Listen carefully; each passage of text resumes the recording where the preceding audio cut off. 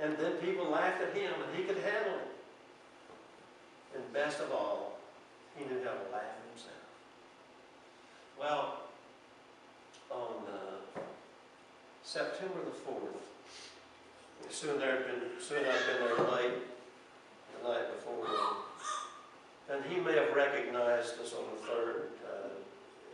He could have. He didn't have much to say. On the 2nd, he was talking, and he was sort of out of his mind and trying to do some building and all that kind of thing. But then on the 4th, we got there about 8:30 in the morning. And we stood on each side of his bed. About 10:30, he breathed his last and went out to be with Jesus. Well, I went to try to find the nurse. She wasn't around, but she's out somewhere. About 5 or 10 minutes later, I got her in there. She came in and said, excuse me. She went over and opened up the window, opened up the blinds, and went and said, we're superstitious around here. We want to let his spirit out. I said, you're too late. He's already gone. My dad's never been in the cemetery at Pickett Chapel. My mother's never been there. That old body they lived in. But immediately, my dad went to be with Jesus. I believe that all. I believe that's what happens to folks. You know, they go to be with Jesus. But you know, in the probably last couple of weeks, he was still doing funny stuff there at the nursing home. They just loved him. They just loved him. He'd joke with them, you know. And I remember, I don't know if it was the last week or next to the last week, he got out in his wheelchair and he went all up and down that whole wing there at Cersei Healthcare Center. Went up that whole, and he turned all the nurses' lights on, you know. And they got the, what's going on here? And they knew that this one woman that was going in there because she had died. And so they got suspicious. And my dad, he loved life. He was so funny. And I miss that. You know, someone maybe be sort of out of their mind or something. He'd say, well, I think some of their marbles have rolled out of there. And he just had all kinds of sayings. I remember when he was vice president of J.E. Stowers Construction, they had their offices down on the University in 12th down there. In that big, tall building. Mr. Stowers would take him to the Embers up there. I think it was a state place then, maybe. And he'd have someone, he'd take him to lunch up there. And then Mr. Stowers would see some big shot, some, you know, over there eating. He'd want to introduce my dad because my dad was his vice president and he was his building superintendent. He'd want to, my dad would be in his khakis and everything.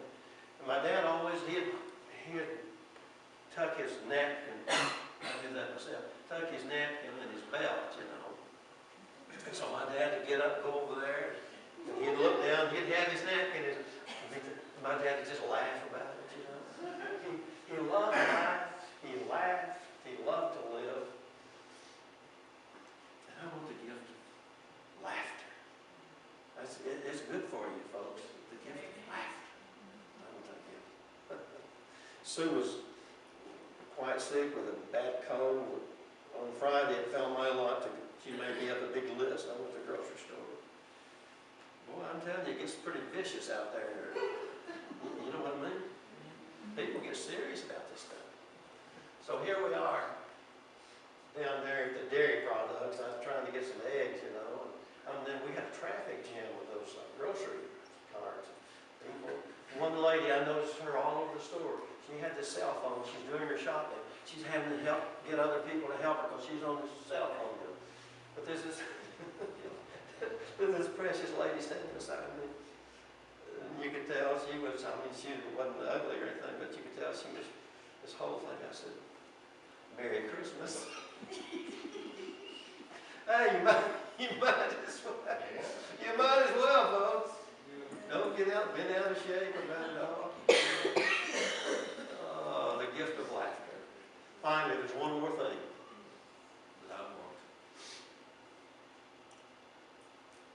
It's the gift of giving, not receiving. give to others encouragement. I want to give to others hope. I want to give to others faith, courage, strength. It's not something I want to receive for myself. It's the gift of giving. That's what I want to do this Christmas. Most of all. Well, it happened many years ago in San Antonio, Texas. I used to pastor there, and Sue lived there about 10 years, and that's actually where I met Sue. I became her pastor in San Antonio First Nazarene. But anyway, this was many years before that. Pastor C. Roy Angel tells the story. He said it was about 2 weeks after Christmas, late one night. He said one of the greatest Christian businessmen he ever knew came over and knocked on his door. And he said, "What brings you out at this time of night?" "Oh," he said, something happened to me that I just got to tell you. He said, "I've just had the most wonderful Christmas I ever had. And I just had to share it with you, Pastor." Okay, and they sat down before a fire. He began to tell the story. He said, "About 4 weeks ago, my brother gave me a Packard automobile for Christmas." And he said, "You know, I came down out of my office shortly after that." I said, "I came down out of the office to go home." And he said there was a little street urchin, a ragged, barefooted little, poor, poverty-stricken little boy. And he was down there with that. He was just looking at he was just touching it. He was just going all around touching my car. So I went over, opened, started to get. He said, "Mister, is this car yours?" He said, "Yes, sir. It's mine." He said, "How much did it cost?" Why? He said, "Son, it didn't cost me a penny." The little fellow looked at him. He said, "You don't look like the kind of person that would steal." He said, "No, sir." He said, "My brother gave it to me for Christmas." The little boy dropped his head, dug his little toes into the sidewalk. And he said, I wish. And the fellow said, the businessman said, I knew what he was going to say. "I wish I had a brother like that." And he said, "I was wrong." He said, "I wish I could be a brother like that." And it just jarred that Christian business. He didn't know what to say. It just knocked him off his feet. He said, "Son, come on, get in this car. I'm going to take you around." "Oh, no, mister." He said, I'm too dirty. I'm too ragged. I'd mess up your car." He said, "You may be dirty on the outside, but you're clean on the inside. Get in." And he got in, and he wanted to know what all the buttons on the dash and all that, wanted to know all about. He told him all about it, and then they started driving off. We'll take him a ride. He said, "Mister, could you turn right down that street? It's just a little one there. It's more like an alley than a street." And so they turned. He said, I knew what he was wanting. He wanted to show off that he could ride in a big, nice car. He said, "I was wrong again." He said, "Right down there, see that little house? There's 2 little steps coming in on the outside there." He said, "Could you stop there?" He said, "No, it'll take me a little bit, but will you stay here?" So he left. After a little bit, he came down and he saw 2 feet. He was walking very slowly on those steps. And then he saw 2 other little feet that was dangling. His little brother, who was paralyzed, was on his back, an arm around him. He says, buddy, see, it's just like I told you, that car. His brother gave him that car. See, it's just like I told you. That man got out of his car and came over and he put his arm around him. He said, so that's why you wanted to come down the street. He said, you see, mister, said, I go uptown, I go to the stores and I see all kinds of beautiful things, pretty things. And I come back and I try to tell Buddy, my little brother, but I can't remember all of it. But he said, you know, someday, Buddy, I'm going to have a car. I'm going to give you a car. Then you can go up there. Oh, the businessman said, we're going up right now.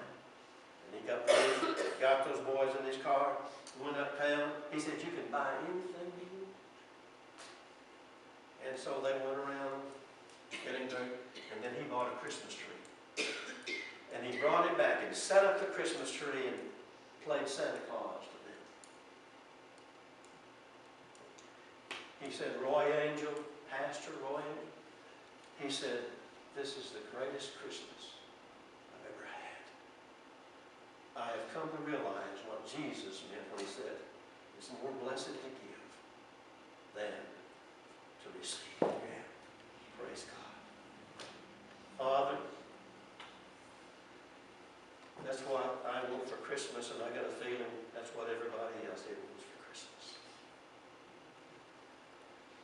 I pray that you'd wrap your great arms of love around everyone here this morning. Lord, we recognize, even though it's a small group, we recognize within this congregation today, there's a lot of hurts, a lot of disappointments. Oh yes, there's some happy memories too, I know that. But a lot of things in life, as we face the reality of life and the kind of world in which we live. But we read in your word where it says, he binds up the broken heart and he heals the wounds. I pray that you'll just bind us all up today and help us all to have a great desire to, above everything else, to enjoy great fellowship with you this Christmas time and to give to others.